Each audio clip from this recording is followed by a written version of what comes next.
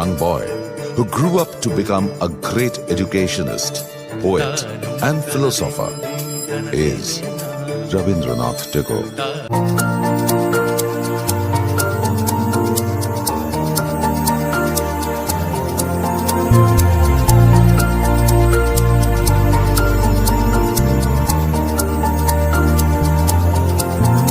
এসো হে বৈশাখ এসো এসো, এসো হে বৈশাখ এসো এসো।